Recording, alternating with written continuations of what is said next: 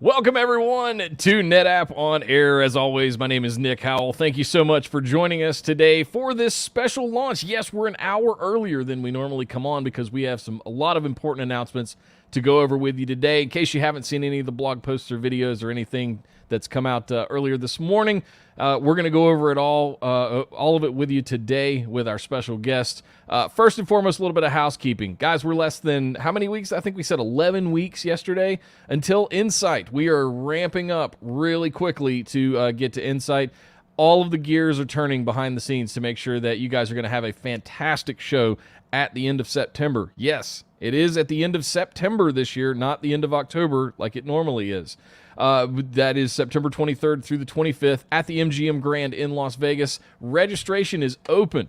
Go ahead and get your registrations in. We're looking forward to seeing all of you there. We're going to have lots of fun stuff around the community going on. The petting zoo is going to be back. Zettabyte Zoo is going to be back for all the gear that you'll be able to see. All the new announcements we've made over the last couple of years and all the new gear that we've released will be there, and much, much more. Guys, it's going to be an action-packed show, so make sure you get registered. And to keep up with all of that stuff and all of the happenings coming around Insight and more throughout the rest of the year, come join us in our Discord community. Guys, that's the best place to be. There's up to 5,000 people in there now. Staff, employees, partners, and lots of other of your fellow end users and customers are in there. So come hang out with us. It's the best place to be to get your questions answered, to get some guidance, or just talk about barbecue. Like, there's a lot of that happening in there too. So come join us, discord.gg/netapp, or just head to netappdiscord.com. All right, so we have a lot to go over today. I don't want to waste too much more time. I want to get our guest on, and we're going to get started because NetApp made some pretty significant announcements today, and they might have flown under your radar a little bit because it wasn't a new version of ONTAP, or it wasn't a big new fancy shiny storage system. But don't underestimate what came out today, and I couldn't think of anybody better to come on and talk about this stuff today than Mr. Chuck Foley. So let's welcome him to the show. Chuck, thank you very much for coming on and joining us today. I understand you did a few announcements today. Well, we've done a slew of announcements today. So first of all, thanks for having me here with you and your audience. This is awesome. I love coming to spend time with you guys. And this was a busy day, which culminates quite a few months of lots of investment in a number of areas.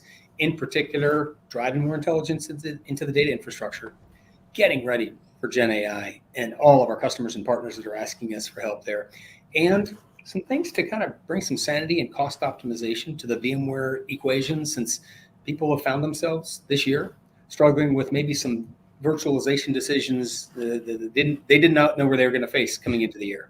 Right. Yeah, I think that's been one of the biggest talking points of the year. I'm second only maybe to GenAI. It has been the situation around what people are going to do with their VMware solutions. And we hear a lot of different directions that people are exploring that they can go. That's a bigger conversation, I think, for another time. And we've had it here on the show before with a couple of special guests. But where do we want to start today as far as the announcements go, and like what do we want to cover? How do we craft this story? How do we get into it? Well, let's walk through it in kind of I put them in buckets so they can make sense to our audience and figure out, because NetApp, we're such a significant sized company with such a broad range of offerings across the entire hybrid multi-cloud. It's not just about storage anymore. And in some of these workloads, like GenAI, I'm not saying the storage is not an important part of the equation, because it is, but the data services to allow you to pick the right data at the right time and put it to work, and to keep the wrong data out of your AI and GenAI pipelines, that is as important or more so. So there's so many buckets that we have now. And what we try to do in this announcement is create 3 thought streams to allow our customers to say, which one is where I want to pay attention right now, and what do I need here, what do I need here, what do I need here? So there's essentially 3 buckets. You've seen that NetApp has crafted itself as the intelligent data infrastructure company. So we doubled down. We did some very cool stuff around being able to deploy infrastructure and services for certain workloads. And that was announced today in the form of BlueXP Workload Factory. We also have a second bucket, which is a lot of stuff that we're doing, not only NetApp, but NetApp and our hyperscaler partners. There were some very recent announcements, as recent as yesterday, by our hyperscaler partners, with some new developments around their versions of ONTAP in their clouds that are really geared towards supporting these massive GenAI at scale deployments. And then there's some things we did around VMware. So those are the three buckets that I think it makes sense to kind of walk through in those three areas. Awesome. So let's pull those up. We'll just, there's not a lot of slideware here, guys, but we like to have the talking points, just to have the coffee table book, if you will, and to sort of help craft the story, to give a visual aid as we're talking through this. So Chuck, if we wanted to start with the intelligent data infrastructure enhancements, I heard you say something called Workload Factory, and I vaguely remember that being sort of brought out of the woodwork last year at reInvent, last December, and getting a sneak peek at that. What is Workload Factory? Yeah, we did some sneak peeks for some people to give us a lot of insight. We've been working on this for quite some time, over a year. And let me set the stage with most of your audience is familiar with BlueXP. Yes. Hybrid multi-cloud control plane that was rated by Frost & Sullivan as literally the hybrid multi-cloud management platform of the year for 2024. Just today, I saw eSecurity Planet called us the best hybrid cloud data management software of 2024. BlueXP is getting a lot of visibility because of what it does. But what we realized is that BlueXP as a control plane is tailored towards mostly those people that use a control plane. So it's IT ops, it's cloud ops, it might be SREs, et cetera. But there's another range of personas that increasingly want to take advantage of resources without going through the people that use control planes. Right. There's people like data scientists, data engineers, SREs, platform engineers. There's people, DBAs, they have workloads they need to deploy, and they don't want to go through the process of requesting resources. They want the ability to do self-service. So we realized we needed to take that control plane concept and create an aspect of it that was tailored towards those particular workload-oriented personas. Think data scientists, DBEs, VMware admins as an example. Okay, so with that, we said, how do we take what we have in BlueXP, but make it even more readily available, more lightweight, more immediately accessible? And we're starting off with our cloud workloads. And in particular, this is first available for workloads in AWS that might want to take advantage of AWS FSx for NetApp ONTAP. So this is a SaaS delivered. You simply go to console.workloads.netapp.com. I'll show you that again in a minute. And you can register and sign up, and it will use industry best practices, which are already built into the automation, to lead you through assessing either option A, B, or C for your infrastructure, and then it will deploy it for you, and then it will manage it for you on an ongoing basis according to best practices, all in compliance with your organization's policies. Awesome. So I'll give you the example. I'm a DBA. I want to spin up a new database. So let me, if I wanted to go there, I could go in, say I want to do a new database, and if I know the basic parameters, I know I want a SQL database, I know I want it in AWS, I know I want it in a certain region or zone, I can do that. It will take care of it for me. If you notice to the right, it will actually generate that area on the right is called the code box. And the code box generates infrastructure as code as you answer your questions. So it will be different for an Oracle database than a SQL database than an SAP database. It'll be different if you need high availability versus don't need high availability. And it will build that code for you, so you have snippets of code that you can either take and use in your automation models, put in your AWS console. Maybe your SREs or platform engineers want access to that. There you go. It will do that for you. And that's what it will use to then build and run those workloads for you in AWS. This is beautiful. It's the thing that it reminds me of the most, and I might be dating myself here, is that I remember installing, I think it was Exchange 2007, and it was the good old next finish wizards that you had to go through. But below it, they showed you the PowerShell for each of the commands that were going to be running to do all of your stuff. Guys, I learned PowerShell by installing Windows Server applications in the late 2000s. That was the thing that really kickstarted it. So I fast forward 15 years. Now we've got these kinds of more cloud. It's the same kind of concept. For people that are infrastructure systems engineers, things like that don't work in REST APIs that often, this is a great way to learn. This is a great learning tool just to see what these wizards and workflows that you're using on a daily basis, it can help you learn how the interaction is happening under the covers for a lot of these things. I love that it's a little set of drop downs that I just have to choose, what region I want, what zone I want, all that stuff. I think that's fantastic. Gets even better. You can do it via your drop downs. And so most DBAs, VMware admins, data scientists, they probably have a good handle on that. Some of them don't. You can actually do this as a chatbot instead. Oh. And it'll say, what do you want to do? I want to initiate a database instance, spin up a database host. Okay, what kind of database do you want? I want SQL. Where do you want it? Okay, please enter a name for your database. Please enter your user ID and password so I can make sure you can do this. Do you need high availability or not? It will literally walk you through in a chatbot fashion and still build that infrastructure as code, because you might have a policy in your organization that says, I as a data scientist want to be able to set it up, or I as a DBA want to be able to set it up, but maybe I can't invoke it. So I want to get the code ready to go. Yeah. So an SRE or platform engineer could validate and verify. But what this does is it really cuts down on the human error factor. I mean, look at the code on the right. Even if you're very good, even if you know REST APIs, you've created JSON files, I got fat fingers. They make mistakes, especially on small keyboards. This does it for you. It doesn't miss commas. I do. It doesn't. Commas, quotations. Oh, right. Sorry, that name had to be in quotes. So this is a way to make it faster and easier to deploy workloads according to both your company's policies and industry best practices. So for example, we've worked with AWS. We've looked at the Oracle, the SQL, the SAP best practices. We've looked at what we've learned from our customers, and we've built that into these deployment models. Beautiful. You can override it, but isn't it wonderful to be able to say, I'm a DBA or a data scientist, and I can start with the knowledge of Amazon and NetApp and their customers as far as a best practices template for spinning up a database or a GenAI RAG pipeline to connect my data in ONTAP in the cloud with Bedrock. That's a huge head start. Yeah, and I'll speak for the infrastructure admins of the world out there that this is sort of a panacea, a utopia that we've tried to get to in self-service for decades now. We have tried to get to this point where we could provide the underlying foundation without the overhead of having to manage individual tickets for requests for services as they come in.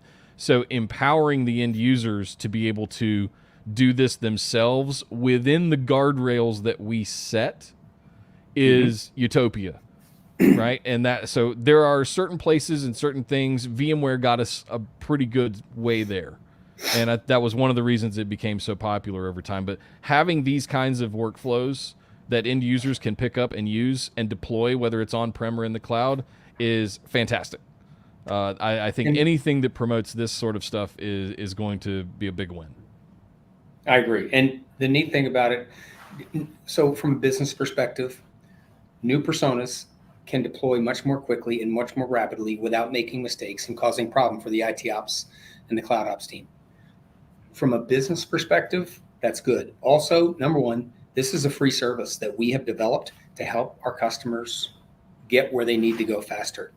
Anybody can go to console.workloads.netapp.com and register to start using for this today if you have an AWS account. It walks you through the best practices. So this is an investment that we're making in our customers' environment. It's using the latest in AI, GenAI, and AI/ML in order to generate this work. You can apply your company's policies to it to blend with the best practices. And there's nothing you have to install. If you have an AWS account, you can get up and running and start taking advantage, because that's scared a lot of cloud practitioners, which is, I'd really love to use this high-end, mission-critical, enterprise-class database that stores efficiencies of compression, compaction, and it's got snapshots, it's got cloning, it's got cross-region and multi-zone data protection, it's got integrated backup built in so I don't have to wait. It's got all this wonderful stuff, but I don't know about it. I don't know what an aggregate is. I barely know what a volume is. I heard of a thing called a LUN. This is all literally built into here into the best practices. And you can walk through the process to instantiate a database literally in 2 or 3 minutes. Now, it might take an hour or so for the actual underlying resources to be provisioned, your VMs and EC2s in your account. That's going to vary based on what you select to be provisioned. That is correct. Yeah. But as a user, you as a persona, you're done in a few minutes, and you haven't had to go bother your IT teams. So that's a huge step forward in intelligent infrastructure, because we're combining our data services and our storage technologies with Amazon's, with their service. This will invoke their services of EBS and EC2 and FSX for ONTAP and IAM and the VPC connections. That's all done because we plug right into their console. Well, that was going to be my question here is, does all of the technical kind of question, does all of this need to exist in AWS before I'm able to take advantage of it? Do I need to have the VPCs pre-configured? Do I need to have the IAM roles established and all of that stuff before I can do this? Or will this take care of some of that too? Certainly, if you have VPCs set up, if you have an Active Directory connection already established and your IAM set up, that will already help. If you don't, if you're literally a brand new user, it will say, do you want to use an existing VPC or do you want to set one up? Which zone we're in, what account. But it'll also say if you have a VPC, if you have a security group, if you already have an Active Directory to connect to, just enter that here, or I'll pull the default for your ID if you're already in. Yeah. So you can do it either way. Beautiful. I'm excited about this. I can't wait to take it for a test drive. I'm glad to see that it's finally seeing the light of day after it's been in, I believe, a little tech preview status for the last 6 months or so. I'm excited to see it finally available for people to. I'm excited to see what people build with it. I got to give a giant thank you. We've had customers, partners, AWS people, as well as NetApp field people. We've had so many fingers on keyboards. Telling us what works and what doesn't. This is how we want the workflow to look. This is how we want to communicate with you. The code box over on the right, as an example, how it works, how it generates code, how easy it is once you deploy it, where that goes. That is largely a result of the conversations with all these people over the last year. So thank you to anybody out there listening. Love it. Love it. All right. So where do we go from here as far as... wait, there's some more. There's some more intelligent data stuff. There's more. Yeah, there's more, because we're across all the clouds, and it's not just about getting workloads up and running for VMware and GenAI. You know, it's funny, you said when we started this conversation I have all the time that GenAI sucks all the air out of the room, and what's left goes towards VMware. But this time last year, it was all about cyber resilience, ransomware, right? It's not that that's gone away. We still have to keep that there. So we're continuing our investments there. You may have seen that earlier this year, we went GA with BlueXP ransomware protection. So that's an intelligence service of the control plane that will look at workload by workload, databases, file shares, Oracle instances, etc. And if you choose to, it will apply your best practices-based protections for that. Snapshots, mirroring, or snap mirror, anti-ransomware protection capability if you have a storage footprint that supports that. It'll tell you what your profile is around the organization, how protected you are or not versus where you could be, and let you take proactively actions, or it will actually, if you say, just go fix this, it'll go take those actions for you. And we're continuing to expand the number of environments that we allow this to apply to. And we're really happy that for our Azure customers, we now apply BlueXP ransomware protection to the Azure world for those customers using CVO, Cloud Volumes ONTAP. Lots of those, lots of good reasons to still use that offering, as well as Azure NetApp Files, the first party offering. And now you can apply the ransomware protection service to CVO instances. So it'll automatically see them, discover them, apply protections to them, let you know if you have exposures, fix them programmatically for you if you want, create reporting on that. And it will allow the backups and the snapshots to be done in an immutable fashion to Azure Blob, if that's where you want it to take place. So we're continually trying to say, we've given you this, let's take it even further. And the other let's take it even further thing, this is big because this leads us into the world of GenAI. A lot of people might have missed that we've got a killer capability called BlueXP classification. Yeah. We acquired this technology maybe 6 years ago. We've built and enhanced it since then. It gives you the ability to look at data in lots of different data stores on-prem or in any of the major clouds and scan that data for both metadata, so file type, file size, who owns it, when's it last accessed, what kind of data is it, as well as at the data, we'll actually go scan into the data. What type do you have PII in there? Do you have GDPR compliant restricted data in there? It will actually use AI/ML to classify and categorize that data. So for example, you can tell if it's HR data, is it employee data, is it customer data, is it financial data, is it intellectual property, as well as the standard things, as I mentioned before, of is it PII, is it HIPAA compliant, Yeah, is it sensitive? And you can create, only your own regex expressions as well. We've had that for some time. It's been largely targeted towards more the regulated industries of energy, finance, health, and pharma. But with this tsunami of Gen AI, I don't care what type of business you have, you're figuring out you got to classify your data. Every company is going to need a level of metadata around all of their whatever they have, whether it's backups or production or user data, unstructured or not. There's going to need to be some kind of metadata that you can search on or act on in some way. And AI is the thing that has exploded onto the scene over the last year or two that is going to leverage metadata and classification in a very, very big way. So the fact that we have, 2 years ago, it might not have been as big of a deal. Now it's everybody's problem. It's a big deal for everybody because everybody's going to be doing some sort of RAG or GenAI workloads in their enterprise, and you're going to need the classification. So why not just do it natively with where you store your data? You don't have to go out and buy third-party software to point at a share or anything like that. This all just happens natively, guys. And that's why it's so crucial to understand this part. And the investment we made is, up until May, this was a very valuable and chargeable service, just like any of the other classification software packages that you'd have to go do an RFP, select, pick, buy, acquire, manage, update, patch. The difference is, number one, we've made this part of the BlueXP control plane. And number two, as of May, it's a core capability of the BlueXP control plane, which means any NetApp customer can use it for free. You might have data in your Dallas data center, your New York data center, your Tokyo data center, your Azure East, AWS West, or Singapore Google account.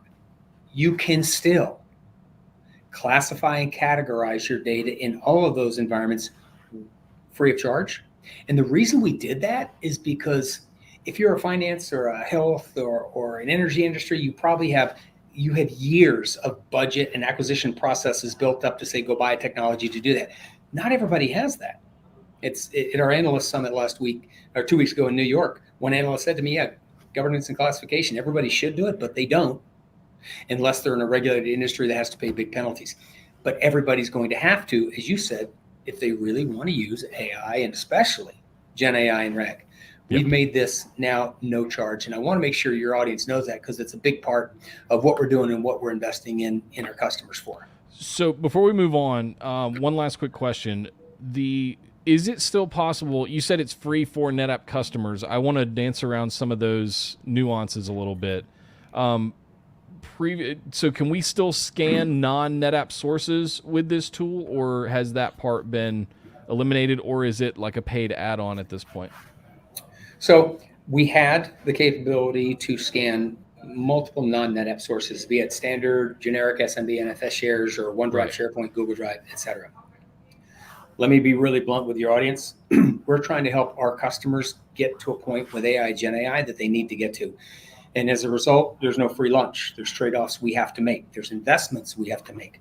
We're making a big investment of we're going to make this available free for all NetApp customers, which means we expect that the level of engagement we're going to have to make them successful is going to increase. We're going to have to spend time with tens of thousands of customers. And as a result, we've had to rationalize, are there any features in this incredible feature set that people aren't using?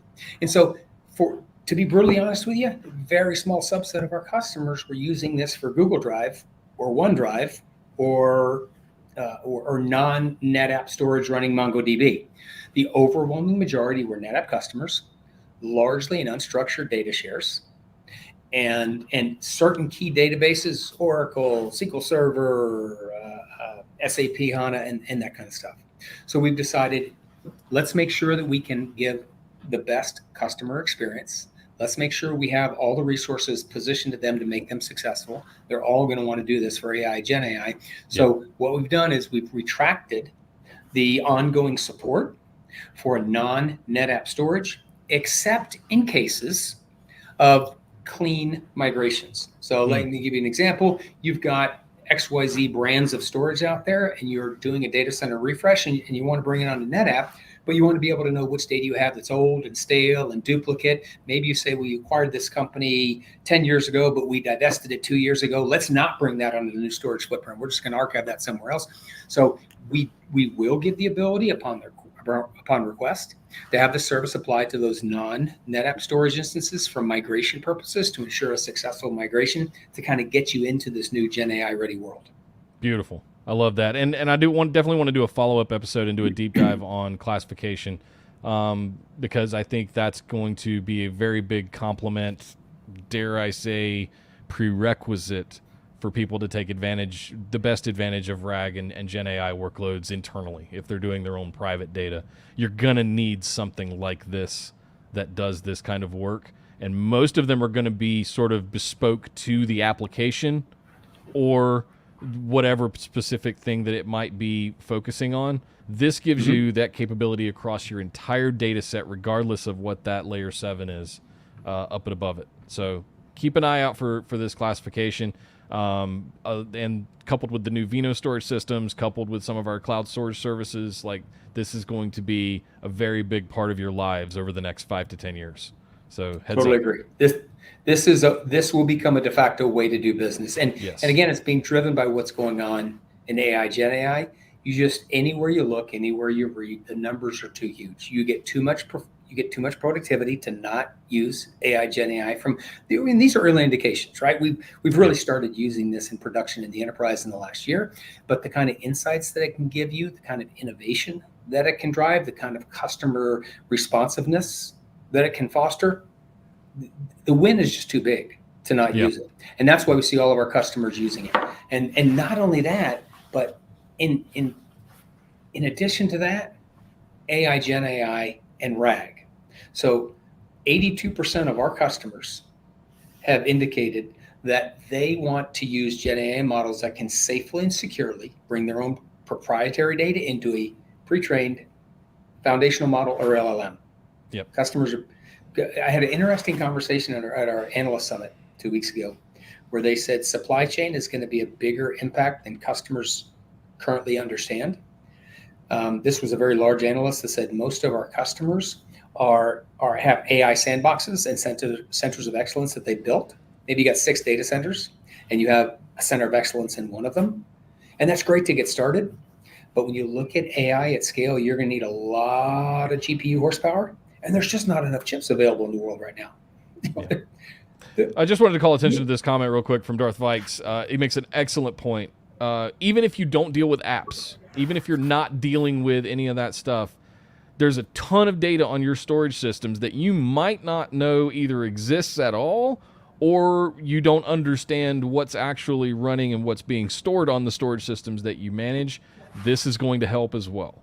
So you can build the categories, you can customize the information, you can mark it as sensitive or not. It's completely up to you, and it completely runs in the background, transparent to the end users. But it has the potential to help you as the storage admin, the person managing the infrastructure and the data sets, know what is going on your systems. Not to say that you don't already, but more understanding is better. He had a follow-up question there, Chuck, for you. What about AI for helping troubleshoot performance problems and overall usage? Is that something we're looking at with regards to classification, especially on like on-prem storage systems, I would guess? Yeah, so when I look at AI, there's different AI buckets. There's predictive AI, Gen AI, computer vision, AI ops, and there are different applications of artificial intelligence. And so particularly when it comes to performance, we are applying AI ops to that equation. I'm having a performance problem. Why? Where's the bottleneck? Because it's, as you know, especially you get in something like the Kubernetes world, you have one containerized app which is in a single threaded mode, and it's getting in the way of others. Especially if you set your resource limits at incorrect levels.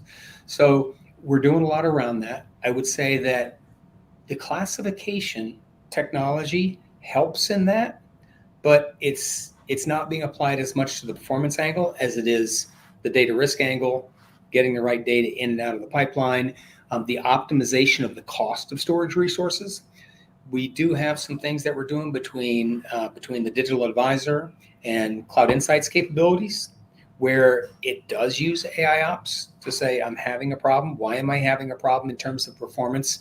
Either what node, what's my CPU problem, my memory problem, what process, what database might be causing it, or do I have IO constraints? So there's a yes that we're using AI for help troubleshooting performance problems and usage. It's not so much from a classification angle. It's more from the AI ops angle and what we're doing with Digital Advisor, which is part of BlueXP Control Plane, and Cloud Insights. Wonderful. Awesome. All right, so throw these back up here real quick. You were going somewhere before I interrupted there. No worries. We got to answer the questions as they come up. Absolutely. And guys, we're definitely going to do a follow-up episode on. We need a full hour on classification. So whether it's Chuck, yourself, or someone else that we can bring in the get all the gooey geeky details of classification and how it's working on stuff like that. I definitely want to do a deep dive on it because I think it's going to be arguably one of the most important things over the next few years as people ramp up to RAG and GenAI. Classification, I will say this, what we learned over the last 6+ months is classification is an absolute prerequisite to RAG. Yeah. Either you're doing it yourself or you're using technology and AI ML to do it. And if you're doing it by yourself, I hope you have a few million people doing it. So we're trying to put these pieces together because if you're going to use RAG, and you're probably going to use a pre-trained foundation model. That's what I was getting at before. Customers have not yet gotten to the point of actually building their own and training their own models and deploying them in their own environments because just all the pieces aren't there yet. So they're largely using pre-trained models and even cloud resources from Amazon, Azure, or Google in order to do this.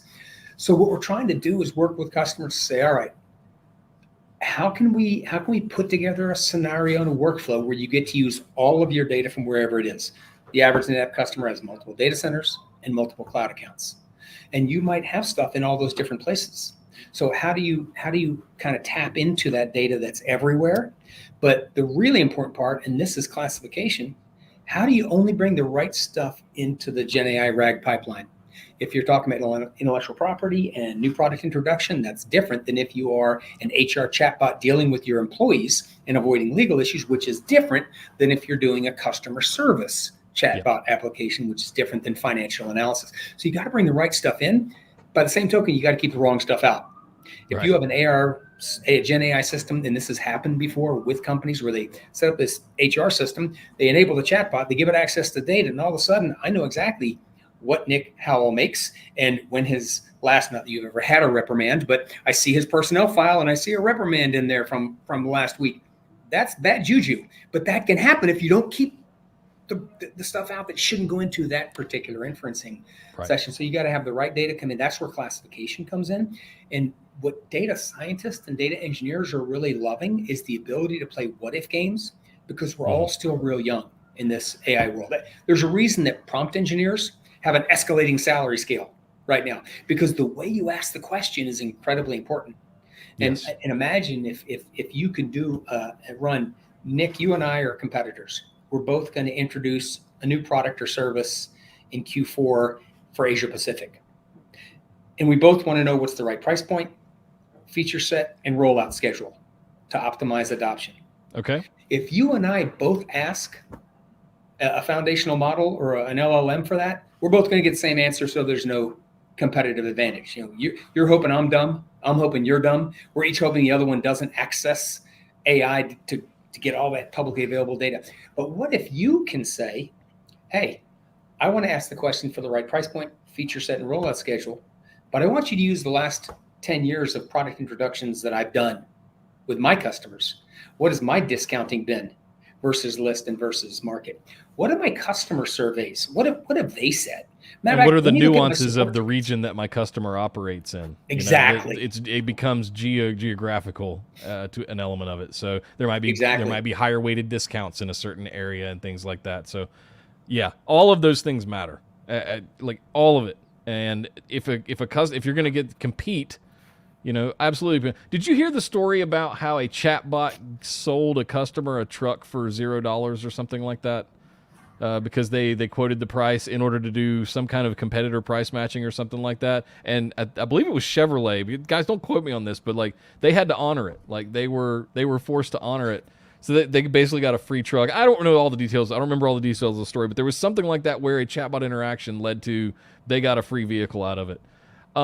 That's the kind of stuff that as you said, we're still in the infancy of it, and I think there's going to be a lot of those little stumbling blocks and little like learning pains that we're all going to have to go through to an element of it. But we did that with virtualization. We did that with Active Directory. We did that so many times over already. Like, it's how we learn. And I think companies are going to learn, infrastructure admins are going to learn, cloud operators are going to learn, and end users are going to learn how to take advantage of this. But it's not going to happen tomorrow. It's gonna take years for this to become a sort of mastered art. So I agree and I disagree. Oh. I agree that it will take time, but I believe we've reached a different velocity curve. So I think it's going to, I think what used to take years to reach a mastered art, this is the curve now. I believe the curve's a lot higher, and I believe the risk is a lot higher. And I believe that's why you need to be able to be very careful about the data that goes in and the data goes out, because it's not a person you can fire anymore who did that. It's an AI chatbot. And if you're going to rely on that because you figure it's a business risk I have to at scale, you have to be safe and you have to be able to play what if games. You have to say, I'm asking the question about that price point feature set. What if I would have asked it yesterday? What if I would have asked it last month? What if I would have asked it last week? That's called time series queries. And it's becoming a big deal with data scientists these days. Or what if I want to ask that question 20 different ways? Again, why prompt engineers make a lot of money. I got 100 terabytes worth of data, and I only have access to these GPUs for 5 hours. Well, do I want to take that 100 terabytes and replicate it times 20, which is pretty expensive? Or do I want to only ask the question a few ways if it's going to take me X number of minutes or hours to get an answer? Yeah. What if you could play what if games? And that's what we're doing, is we're trying to, and I'll go through this quickly, we're making sure our customers have a common data footprint everywhere. You can literally have ONTAP in any of your data centers on our hardware or your own provided hardware, and do it in the cloud in any of the major clouds. And then wherever that data is, it can be automatically classified and categorized. So you get the right data into the data pipeline, keep the dangerous stuff out. You can play time-based games, because now you can have scalable snapshots. You can go say, what if this query was run yesterday, an hour ago, last week, last month? And then really cool, because of the zero footprint clones, you can say, I got that 100 terabytes of data. I want to create 100 clones that take up virtually no space and ask those 20 queries in parallel, because I'm only going to have access to these GPUs for a fixed period of time. I talked to a customer about 2 weeks ago that has multiple data centers, and one data center has all the GPUs. So if you're going to use it, you schedule it, you use it, because there's just not chip availability, which, by the way, the last piece of the equation, and some of these are technologies that have been around for a while, but they're being brought together and applied to the GenAI equation, flex cache, the ability to have geographically distributed caching. So you can say, I've got data from my Dallas data center and my LA data center, but I want to put that at the fingertips of my only GPU farm, which is in my New York data center. Or just as much, I want to get the data from all these different places. I want to put it together and use flex cache to mount it to maybe Bedrock in AWS, so that I can use Bedrock on my own proprietary data in a way that's safe and secure and under my proprietary control. Not only did I get only the right data in, kept the wrong data out, but now it's under centralized control of my New York data center as I mount it up and use flex cache to put it up into FSX and ONTAP to be used by Bedrock. It's a lot of pieces coming together, because as you said, we have to get good at it. But again, I think it's going to happen really fast. We're getting amazing response from analysts, partners, and large customers, because we're helping the right pieces all together in the equation. And I love the idea of, the beauty of this for me is that all of these, except for the classification piece aside, all of these are ONTAP fundamentals. Like, none of this is like new ground that we've broken. This is stuff we've been doing for decades at this point. I was using flex clones to deploy VDI and do testing with our Oracle database in 2009. Like, none of this is new stuff. And I think the fact that we figured out a way to take advantage of it yet again, ONTAP continues to find ways to shine, to be useful in certain places. Now it's useful in these scenarios as well. So I love that outline that you just had up that had everything all together. That's the beauty of this whole system. I'd rather be lucky than good, right? We have all the right pieces when this GenAI wave came, which means that, usually this is kind of a scenario you have. You got a bunch of users that are hitting a foundational model, which uses a retriever to go find and build the right answers. Maybe or maybe not do you have your own vector data store and vector database. But imagine if you can take all of your proprietary data, get only cleansed and sanitized data that you put into your vector data store, that when those users ask the questions of the model, it will go to your proprietary data store to blend that with the knowledge of your foundational model. So it's clean, safe, relevant. Hallucinations go down, relevancy goes up, and you're much safer. So that's the process. Now, this is where customers want to go, but it's not always easy. So one of the things that we've done, and the announcement we made in May, and another one that we've made today, is giving our customers guidance with GenAI toolkits. Our customers want some help because, like I said, even the biggest customers are still pretty new into this. So we've got, in May, we released the GenAI toolkit for Google Cloud, where we give our customers a chatbot in a container. We give them a LangChain retriever and a Chroma DB for their vector database. We host that in a NetApp artifact registry that they can pull it down. And we've already put together the Terraform module to connect these things together with your ONTAP system on-prem and in the cloud, so you can automate the deployment, kind of like BlueXP Workload Factory objective was, let's do it automated and reduce the chance for error. We built a reference architecture so that the IT ops, the cloud ops, the architects know the path to follow to, when this is all set up, how then can I, in this case, it was to Google Cloud and Vertex AI, to be able to use that engine. As long as you have an account, you can spin up your Google Cloud NetApp Volumes instance and use your Google resources to take advantage of it. This is available right now. And as of today, we did the same thing, but now for Azure users. So we give you all the same pieces, but that lets you use Azure NetApp Files with OpenAI to be able to do RAG-enabled GenAI operations, taking your proprietary data, putting it in Azure NetApp Files, using that to mount it to OpenAI, and do it in a way that you have a nice, clean, step-by-step process. And we've built a lot of the pieces for you. You can customize them, but because these are free. These toolkits are absolutely free and readily available to our customers. This is in preview right now. And we'll get some links posted up in the description of the video after we're done here for where you can find these and where you can get the Terraform module, where you can get all these elements and the reference architectures as well. So I definitely want to make sure people have all of this stuff that we're talking about, and we're not just up here, showing vaporware. Guys, this stuff exists. This is real. Go get it. Yeah, it's fantastic, and we'll get links put up in Discord for you guys and here in the show notes in the description of the video. So this is one of the things I'm most excited about is we're kind of back to delivering reference architectures of best practices of how to do things. That has always been NetApp's bread and butter. Whether it was virtualization, whether it was using doing application backups with some of our tools, whatever it might be, we have always shined at doing best practices, reference architectures. It's been kind of the bread and butter of NetApp for decades now. I love that we're still doing this, even in the cloud era and the new AI era that we're in. It's because this is what people need at the end of the day. So and not only are we doing it, we're doing it with our partners. So if where is my mouse guy gone? We actually, Amazon just released today.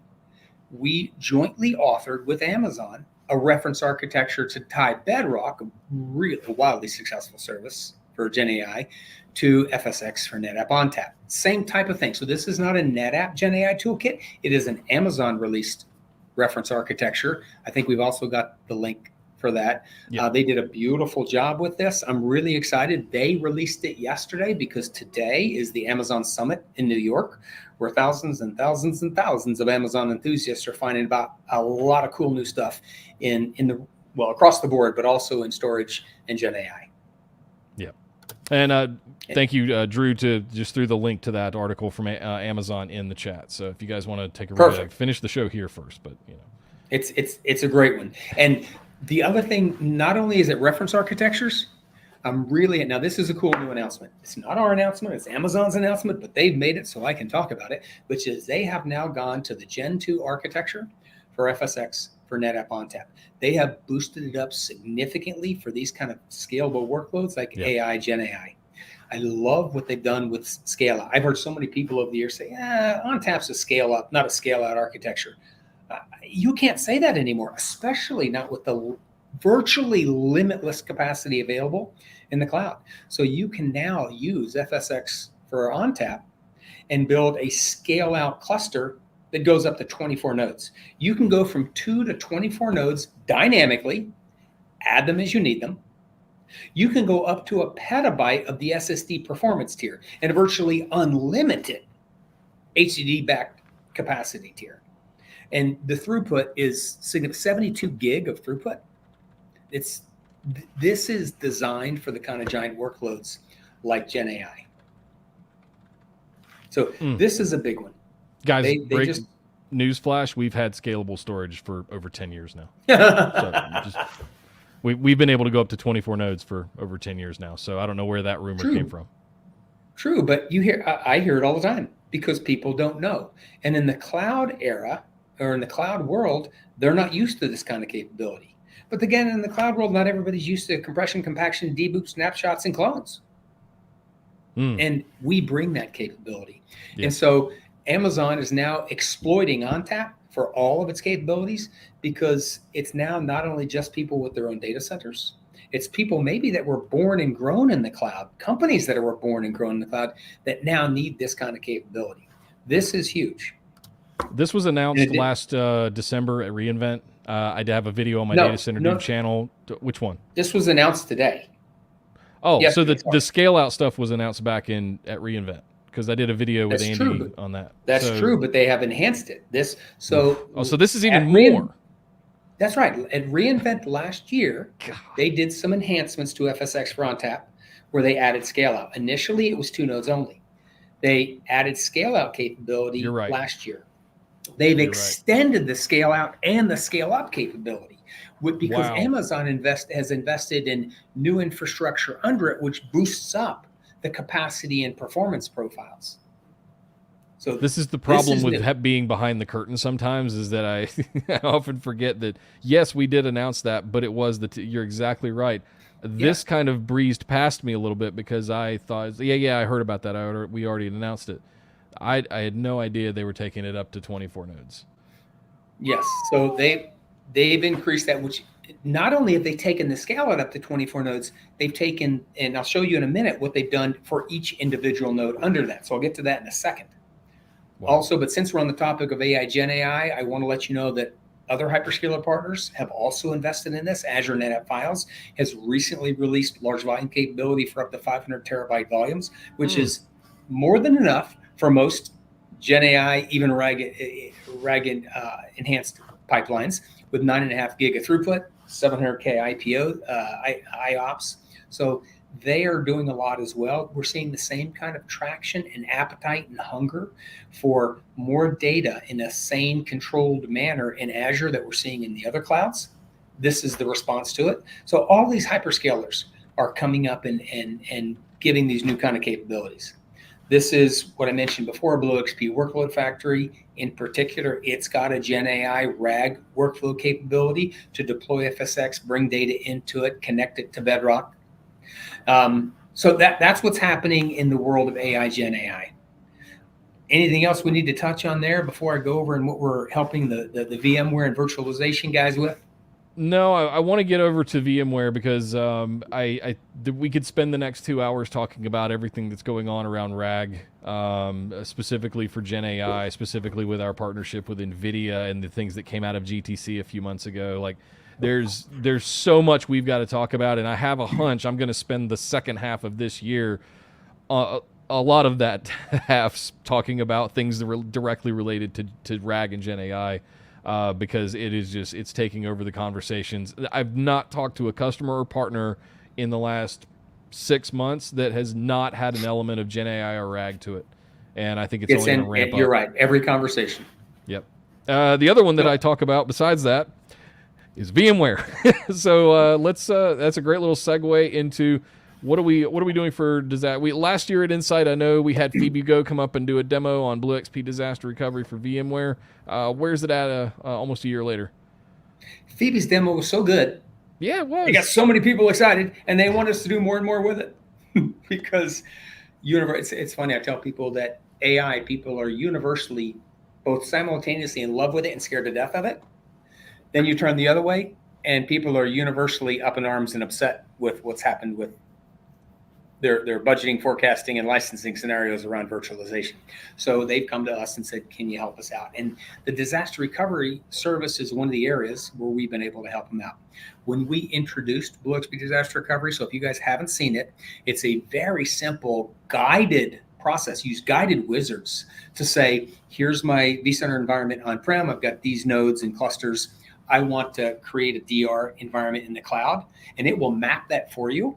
It will then actually initiate storage instances in the cloud and create snap mirror relationships and get the data there and keep it in sync for you.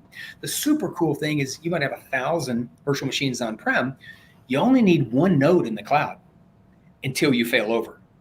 So you don't have to maintain a duplicate environment. You have 1,000 on-prem, one in the cloud, and if you do need to fail over, it will spin up and instantiate the virtual machines that you need and the nodes that you need and give it access to that data, which is already up there, protected in the snap mirror relationship. And it does it according to the process and sequence that you gave with a full audit and log trail.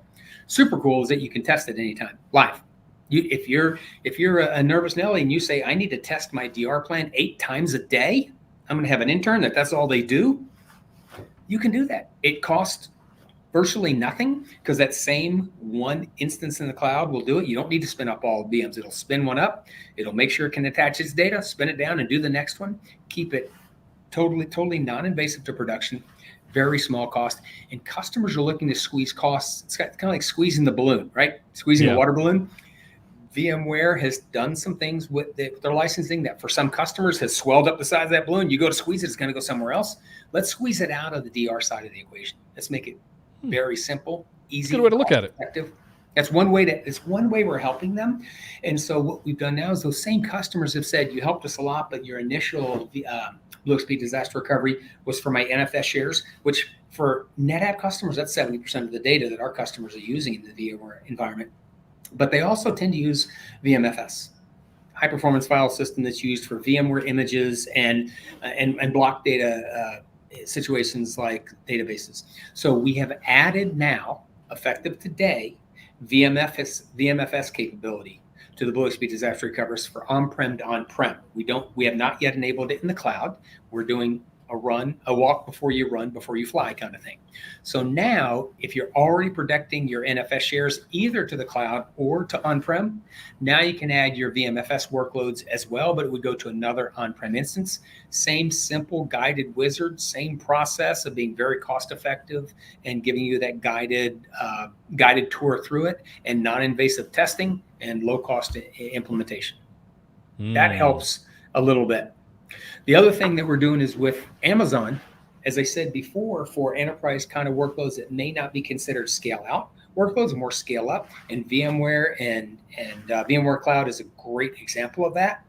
Amazon, as I told you, I was going to get back to what they've done for these enterprise workloads. This is the other part of what they've done for FSx, for NetApp ONTAP. Even if you're not in a scale-out configuration, you're in a single HA pair, they have increased the throughput and capabilities of every pair. So they now have up to 6 gig of throughput. It was 4 to 4.5 before, so it's about 50% higher. Even for a single HA pair, they have significantly increased the SSD performance tier that you can allocate, which is now up to 512 terabytes, half a petabyte. And they've tripled the network throughput.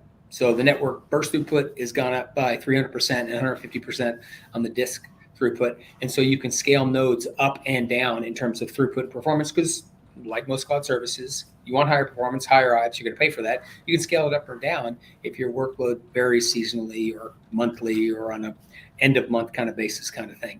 So this is the underpinnings for on a per pair basis. which most customers are on a single NetApp FSX for ONTAP instance for databases and VMware situations. And that provides the underpinning for the massive increase you have if you do need to go to a giant scale-up environment. Scale out, sorry. No, it's good to know that we can do both, right? It's good to know that we can do the scale out up to 24 nodes if you prefer to do that and be multi-regional, multi-zone, whatever you want to do.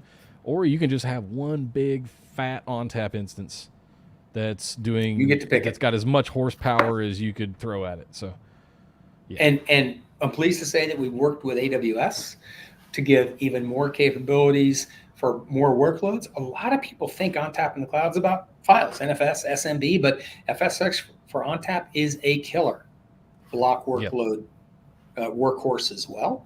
And they have just enabled NVMe TCP support. So for the same reasons that you'd want to do NVMe in your data center instead of iSCSI, that's the same reason you want to do it in the cloud. It's much easier. All that multipathing rigmarole that you have to go through with iSCSI, you don't need to do with NVMe over TCP, and you get better latencies as well out of it as well. So for your really intensive databases, it's not only a simplicity and complexity advantage, it's a performance boost. And that's available. They announced that yesterday. Wonderful. I think this is one of those things that's going to catch on pretty quickly as well. There's been a bit of a renaissance around block lately. Yes, there really has. I have noticed, and me. I've always been hashtag NAS for life, but that's Nick. That's my personal preference. But I have seen a lot of block conversations happening, whether it was around the resurgence of the ASA last year, whether it was sort of opportunities and options around VMware solutions. I've seen a lot of, and NVMe over TCP has been a big part of that conversation, and I think part of the surge has been because of the unveiling of it. To see it now adopted in AWS natively for FSX, fantastic, love it. Yeah, because that block growth, by the way, that block attention is happening in the cloud as well as on-prem. If you look at the latest analyst numbers, block is growing faster than object in the cloud in terms of a percentage rate. It's smaller, but it's growing faster because a lot of these enterprise-grade databases, SAP HANA, the VMware workloads, people are saying, I'm good with it now. I'm comfortable with it now. Let's put that up in the cloud, especially because they can be managed services. You don't have to build yourself a VM and hang a bunch of disks on it. You've got a managed service in the cloud like FSX for ONTAP that lets you do it. Yep. Cool stuff. I don't want to leave Google out of the hyperscaler equation because they've done some good things. Absolutely. They see a significant adoption taking place there as on-premise VMware customers are looking to the cloud. And I'm not going to say it's because, well, my on-prem licenses have gone up. I want to go to the cloud, but I think a lot of customers have said, this is a time for me to think, where do I want to go over the next 1 to 5 years with my virtualization?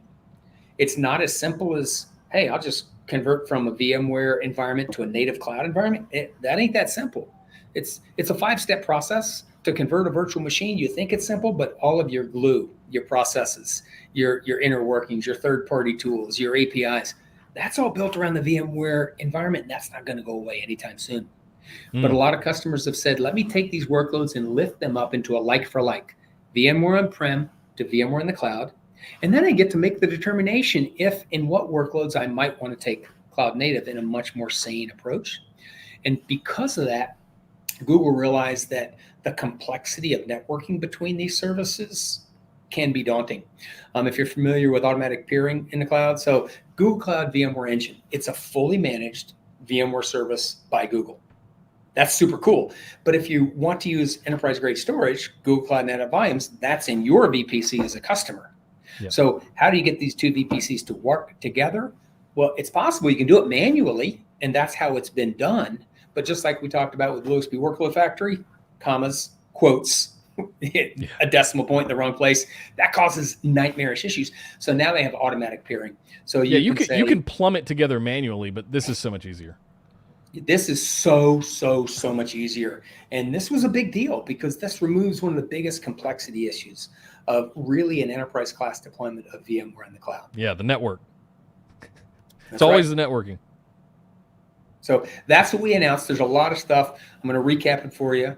We've made new announcements in terms of intelligent data infrastructure. The big feature spotlight lead actor is BlueXP Workload Factory. It is a control plane implementation that is targeted on a workload by workload basis for certain personas, to let them to say, this is what I want, and it will use industry best practices to both assess and then deploy, if you wanted to, for that persona, building infrastructure as code that can be reused and easily, if you want to, if there is an issue with whatever, you can go debug it. And we follow that up with the ransomware protection and BlueXP classification capabilities. For the GenAI world, love what we're doing with Amazon. That the capability they've now given by boosting FSx for ONTAP, especially in scale out configurations, makes it a killer alternative for GenAI in the cloud.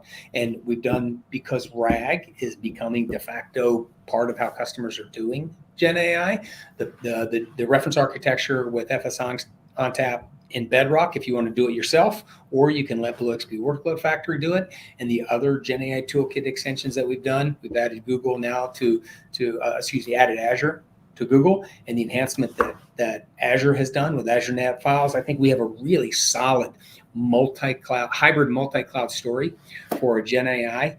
I don't know why anybody would look anywhere else. And the things we're doing with VMware, both with our hyperscaler partners, the effort that Amazon has put in to beef up the infrastructure to allow more scalable scale-up implementations, which are traditionally used for those VMware cloud implementations, as well as adding NVMe block support. And then what we've done with our BlueXP disaster recovery, building that out. I think you're going to see more. I'm really excited about Insight coming in September and what we're going to be able to unveil to customers there, and what we've done with Google. That's a ton of stuff for one day. All that hit the wire today. There's a couple of things in here that I just want to call attention to before we take it off the screen. And guys, this stuff is going to be, there's infinite blog posts out there going over all the details of each of these things that came out this morning. The thing that really jumps out at me is what we're doing with FSx and Bedrock. And that I may be privy to some things that the public is not, but there are some very exciting things coming with how the hyperscaler partners are leveraging ONTAP to enhance their own AI workflows.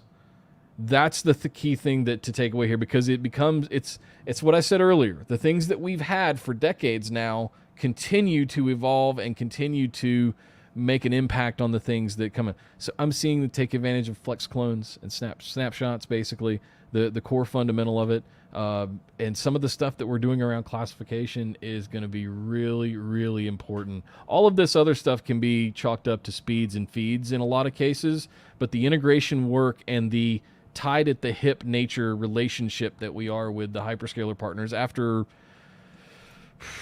almost 10 years now that we have really just kind of been doing these cloud solutions is really, really important. 11. And yeah, it's great. A lot of this stuff is fantastic. Keep an eye on the Bedrock solutions. Keep an eye on the VPC peering for VMware in Google Cloud. Also keep an eye on Vertex. We don't talk enough about Vertex. That stuff is going to be just as important over there. And I can't wait to see what some of the stuff that we do with Azure as well. So lots of good stuff coming out around classification, joint ventures with the cloud partners on AI workloads and things like that. And obviously, yes, big numbers when it comes to capacity and speeds and feeds.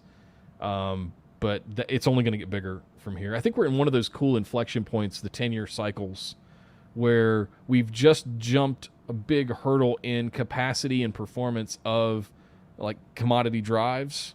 So we're getting to the 60 terabyte SSD. We're getting to the 150 terabyte SSD probably in the next, I'd say, year or two. Samsung's already announced that they've proven it possible. So we're getting to this point of consolidation and density. We're coming back around to the circle again, where we go through this evolution. And I think we're going to see this massive scale up and scale out capability. A lot of it to do with that, because the hyperscalers can drive a lot of capacity into these data centers to be able to do some of that stuff. Yeah. And Chuck, I got to ask you, what's your favorite? You have to pick your favorite child. What's the thing that excites you the most about all of this announcement payload today? Put you on the spot. I love it all, but my favorite announcement, I'm going to narrow it to what's new today. Okay. which means I have to leave out BlueXP classification becoming a no-charge core capability because we announced that in May. And man, that one's going to be hard to top. But I really love what we're doing with BlueXP Workload Factory. It's got some real legs. It's got a beautiful roadmap. And it's because I think the way that our customers are going to be able to sanely live their lives and compete 2 and 3 years down the road is being able to find a way to give policy-based self-service infrastructure capabilities to different people in the organization. The data scientists, the data engineers, the DBAs, the VMware admins, the EDA designers, the CAD team, all these things. The desktop admins, when you go to a VDI board, which we continue to march toward, that doesn't get the airtime and play that it did a couple of years ago, but we're still doing 10, 15, 20,000 seat VDI deployments that need this infrastructure. So I think what we're doing with BlueXP Workload Factory kind of gives a signal to how do we use intelligence and AI ops to let different personas get what they want and need. So that allows IT ops and cloud ops to focus on the bleeding from the neck problems that they have to deal with every day. So if I take classification out of it, which as you can tell I'm a bigot on, I'm kind of going for the intelligent infrastructure deployment service with BlueXP Workload Factory. And I want to say it's so cool that I look in the comments and I see people saying I've already signed up for it. That's awesome. Go register for it. Yeah. It's free, guys. If you're already a NetApp customer and you're already using BlueXP, you have the smallest hurdle to jump. You kind of have to click a button. That's it. You don't even need to be a BlueXP or a NetApp customer to use BlueXP Workload Factory. This is an important distinction. BlueXP, a hybrid multi-cloud console to let you do tons of stuff, that's free to anybody. And you can, it makes most sense if you're a NetApp customer. So that's free to all NetApp customers. Certain services are free to the NetApp customers, like classification. BlueXP Workload Factory, you can kind of think of it as a cloud-based cousin because it's part of the BlueXP control plane family, but you don't even need a BlueXP account or login. This is one that you can get out on its own, or you will see in the future have it also integrated into BlueXP. So we kind of built it in a modular design. Beautiful. You can go today. If you're an AWS customer, go today, sign up at console.workloads.netapp.com. Register for it and play with it. I think you're going to find it will do very cool things, including, by the way, remember I was telling you that you could deploy a database with it, do the infrastructure. It'll also show you different alternatives. Do you want to use this configuration, this configuration, this configuration? Here's the price point and the performance throughput. So you don't always have to have, in many cases, the biggest, highest performance configuration. You want something that's a dev test, and you can have lower performance and lower capacity. Start with that one. Super cool aspect of it. Love it. And we had some questions come in. I just want to get through some Q&A here because I've been holding them, stockpiling them for the end of the show. You were on a roll there. Coming in from OG, is BlueXP DR support for Azure next? What's the story? I will tell you, OG, that we're working on extending BlueXP disaster recovery support both to Azure and to Google Cloud. We did it first in Amazon because of the fact that it was kind of a three-way thing between VMware and Amazon and NetApp. So we had all the right pieces to walk through and learn together because as you might know, that VMware Cloud in AWS is actually a VMware managed service. It's not an AWS service, it's a VMware service. And so all three were kind of there, and that was a great way to learn. Now we can extend that to AVS, Azure VMware Solution, or GCVE, Google Cloud Virtualization Engine, and those are on our roadmap. We're evaluating that process right now, and we're working on that. I hope to have more for you by Insight, so definitely be there. Awesome. I think there were several questions about that. Next up, we had Thomas said VMware is going to be introducing VCD into VCF for enterprise customers. Will we be able to support that with BlueXP data protection? So we work really closely with VMware. We have a wonderful relationship with them. We've got tens of thousands of joint customers. We've been doing joint development and toolkits with for. Matter of fact, I think we just released NetApp ONTAP toolkit for VMware version 10.2. So we do a lot with them. In some cases, they prefer to put their time and effort into some of their own, like VMware Site Recovery and those capabilities that they've now put into VCF. So we're having conversations with them. I'm not willing to say that you're going to be able to have BlueXP disaster recovery through vCloud Director. We're having those conversations, but I can't give you any firm guidance on a roadmap for that right now. Fair enough. Stay tuned. Watch that space, Thomas, I guess is the answer there. We had a question around the FSx ONTAP stuff from Darth. Is there any auto scaling? I know there is some level of automation that you can build around the scaling using things like CloudWatch to trigger scaling to happen. But I am not. I'd have to go ask Andy myself. I'm not even sure. Maybe we have to have him back on the show to get an update. Do you know anything about the auto scaling nature of FSx with these new enhancements?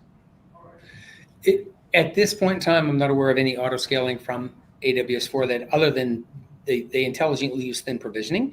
So you can say, I want it to be up to yay big, but you actually don't pay for it until you actually use it and engage it. But in terms of auto scaling for adding additional nodes, that's still an action that you have to take.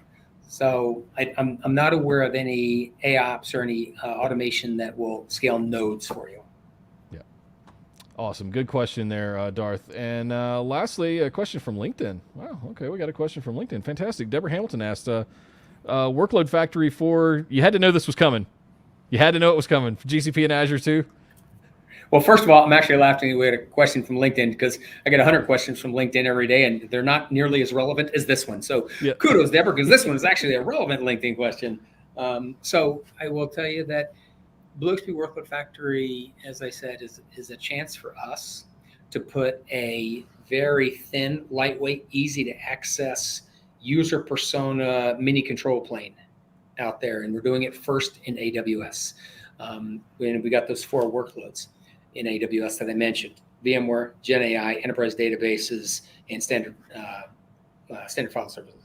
But I will tell you that we believe that this is a concept that we will be able to extend more broadly into other hyperscalers over time. But we're going to walk before we run, before we try and fly. So right now, it only supports AWS. Yeah, and we just brought it out of the woodwork at reInvent, if I remember right. We even that was early, and we decided to tech preview it. And that was 6-7 months ago.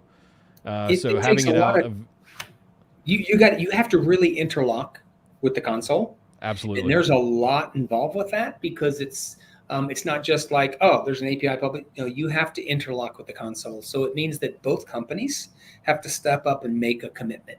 I can't say enough about AWS and the AWS team, the way they were willing to say, we're willing to step up and make that commitment. This is not go to GitHub and look at our API library. This is really interlocking with the AWS console. And I think it would be wonderful if we get to go there with other cloud providers. And those are discussions we're having. Right now, it's an AWS supported service right now. I'm sorry, it's a service that supports AWS Cloud only at this time. There you go. Thank you for the question, Deborah.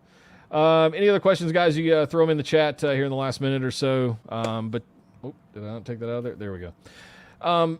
Chuck, thanks so much, man. This is a lot, and I think people are going to have to, I'm going to have to go back and rewatch some of this just to make sure that I've got my head around all of this stuff. I know I have a very long reading list for the rest of the week of all of the content that has come out just this morning from both us and our partners.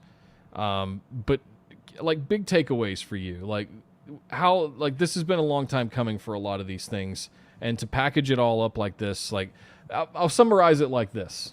I guess this is the way I'll say it. I put up a post on LinkedIn recently that went a little bit viral. I said, it doesn't matter how big your water-cooled, immersed, mineral oil immersed servers are. It doesn't matter about your 400 gig networking. If you don't have scalable storage solutions underneath all of that, you're going to have a really hard time. I don't remember my exact words. I'm paraphrasing myself. But essentially, it comes down to no data, no AI. And if you're going to do some of these sort of RAG-based intensive workloads that need classification, that need replication, that need cloning, efficient cloning for inferencing and training and things like that, you're going to have the storage system that can provide that vehicle for you to deliver this data to those systems. And if you're not looking at NetApp, you're really like kneecapping yourself in a big way, because we've had that stuff. We've mastered that stuff for decades. And all of those things are going to get you to a point where you don't even have to think about it to be able to deliver some of these AI workloads that you want to provide to your end users, to your customers, whoever it may be. That is really the crux of all of these things. No data, no AI. You know, I want to just add to that, because I'm going to put that on a T-shirt. I want to agree with that, but I want to up the ante. Okay. It's not just about the data. It's about the right data in the right way. Okay. Because I'm incredibly proud of our company for big, fast, scalable, highly secure storage. The way we partnered with NVIDIA, we're rock solid. As you said, we've been doing it for a long time. Why not turn to somebody you trust? But just as important as the data is how you assess, determine, put it in the pipeline, manage. Kind of like Kuldeep asked the question about how do we support real-time data ingest and processing for RAG apps.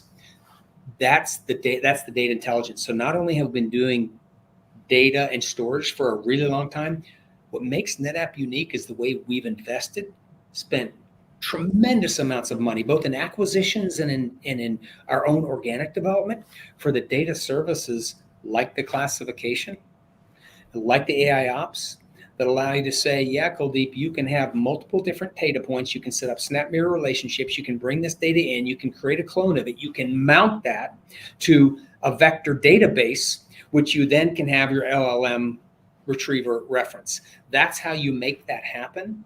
That's what makes us wildly unique. So I agree. It's no data, no AI. But if you don't have the right data coming in at the right time, in the right way, and put at the right resources, that's how the whole chain comes together. And totally. That's why I think those 5 pieces I talked about, that's why they're so key. I can't tell you how many people have said, well, okay, snapshot is one of the pieces you mentioned, and so is clone. Other people have that. Sure. My mother had a box. Well, yeah. I mean, look, there are some people with snapshots. There are people with clones. I think our way is better. But do you have everything? I got to tell you this, and I shared this with some analysts at Analyst Summit. I grew up in a small town in Texas. My mother had an index card box, 3x5 index cards with literally hundreds, if not thousands, of recipes. Every woman in Graham, Texas, population 7,477, every one of those women had an index card. And when you went to somebody's house and had a wonderful dinner, the women would always say, oh my God, I want your recipe. And they would trade index cards. But what they found out is my mom's was never as good as Alice Ann's Streets when she made Alice Ann's recipe. Or it wasn't as good as Hoffy McDaniel's when she made Hoffy's recipe. Because you know what these ladies would do? They would leave out one ingredient. Or they would change the amount on the index card, and only they knew this. You got to have all the right pieces. Guess what? Those pieces of being able to pull data from anywhere, being able to classify it, and then to do snapshots for time-based or clones for parallel processing, and then extend it with caching, you're not going to find anybody else that have all those pieces together. That's the recipe. You're missing one ingredient, you don't have the same dinner, and you're not going to get the same results. Fantastic. I love that. That's the best raise that anyone's ever done on me. I love that. It all matters. Like, right, all of this stuff, all of this data that you have accumulated over decades of doing business, it all matters. Whether it's your archives or your backups or your databases, all of it matters. Index it all, classify it all. It's all going to come into play, especially for people that have been doing, we mentioned healthcare and stuff earlier. I come from a healthcare background.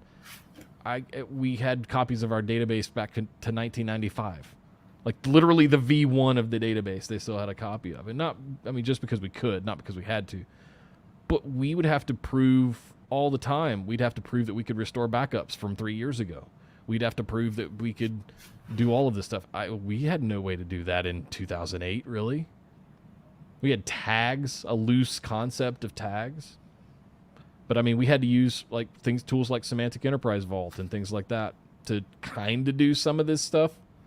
Guys, it is so much easier today than it ever has been to do this kind of stuff, and I am I'm in the back of the room flailing my hands at you going, classification is going to be one of the most important things for you in the next 5 years, if not sooner. I'm glad you brought up the backup aspect, the archive aspect, because for decades, archive have been nothing more than an insurance policy if I have a lawsuit or a regulatory. Totally. And so many customers are figuring out that my years of history bring me value, and GenAI is what lets it bring me value. It opens a whole new world of opportunity for that data. And it's a treasure trove. It is an absolute treasure vault of information. Whether you use it or not, it's comparative. So you can see it can process analytics between business that you might have done 10 years ago versus today. And you'll be able to do those kinds of comparisons and visualize those through some sort of output, graphs, whatever it might be.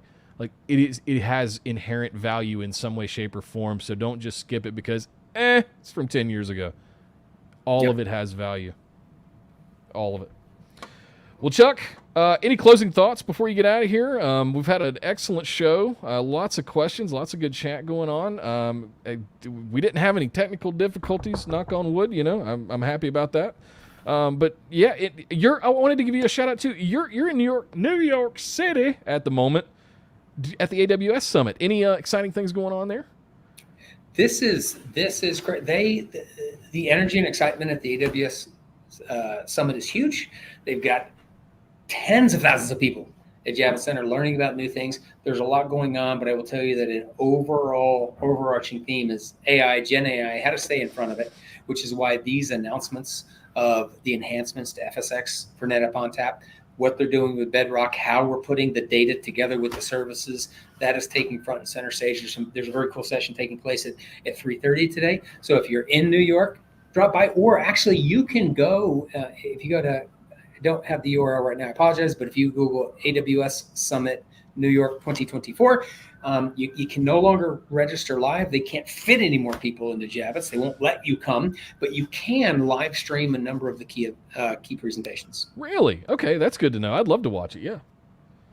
All right. Well, guys, it's been a long show. I want to get you out of here. I know it's lunchtime for some folks throughout the country. So thank you so much for joining us today. Chuck, you did amazing. Thank you so much for giving us that breakdown. I can't wait to have you back again. We'll see you at Insight in a couple of months. Guys, it's not that far off. It's right around the corner. It's going to be here before you know it. Enjoy the AWS Summit, Chuck. Thanks so much for being our host today and for taking us on this ride through all of these announcements today that I now have to go read. I think it's 27 blog posts that I'm up to in the reading list. So lots of stuff coming out, lots of stuff to ingest today and throughout the week.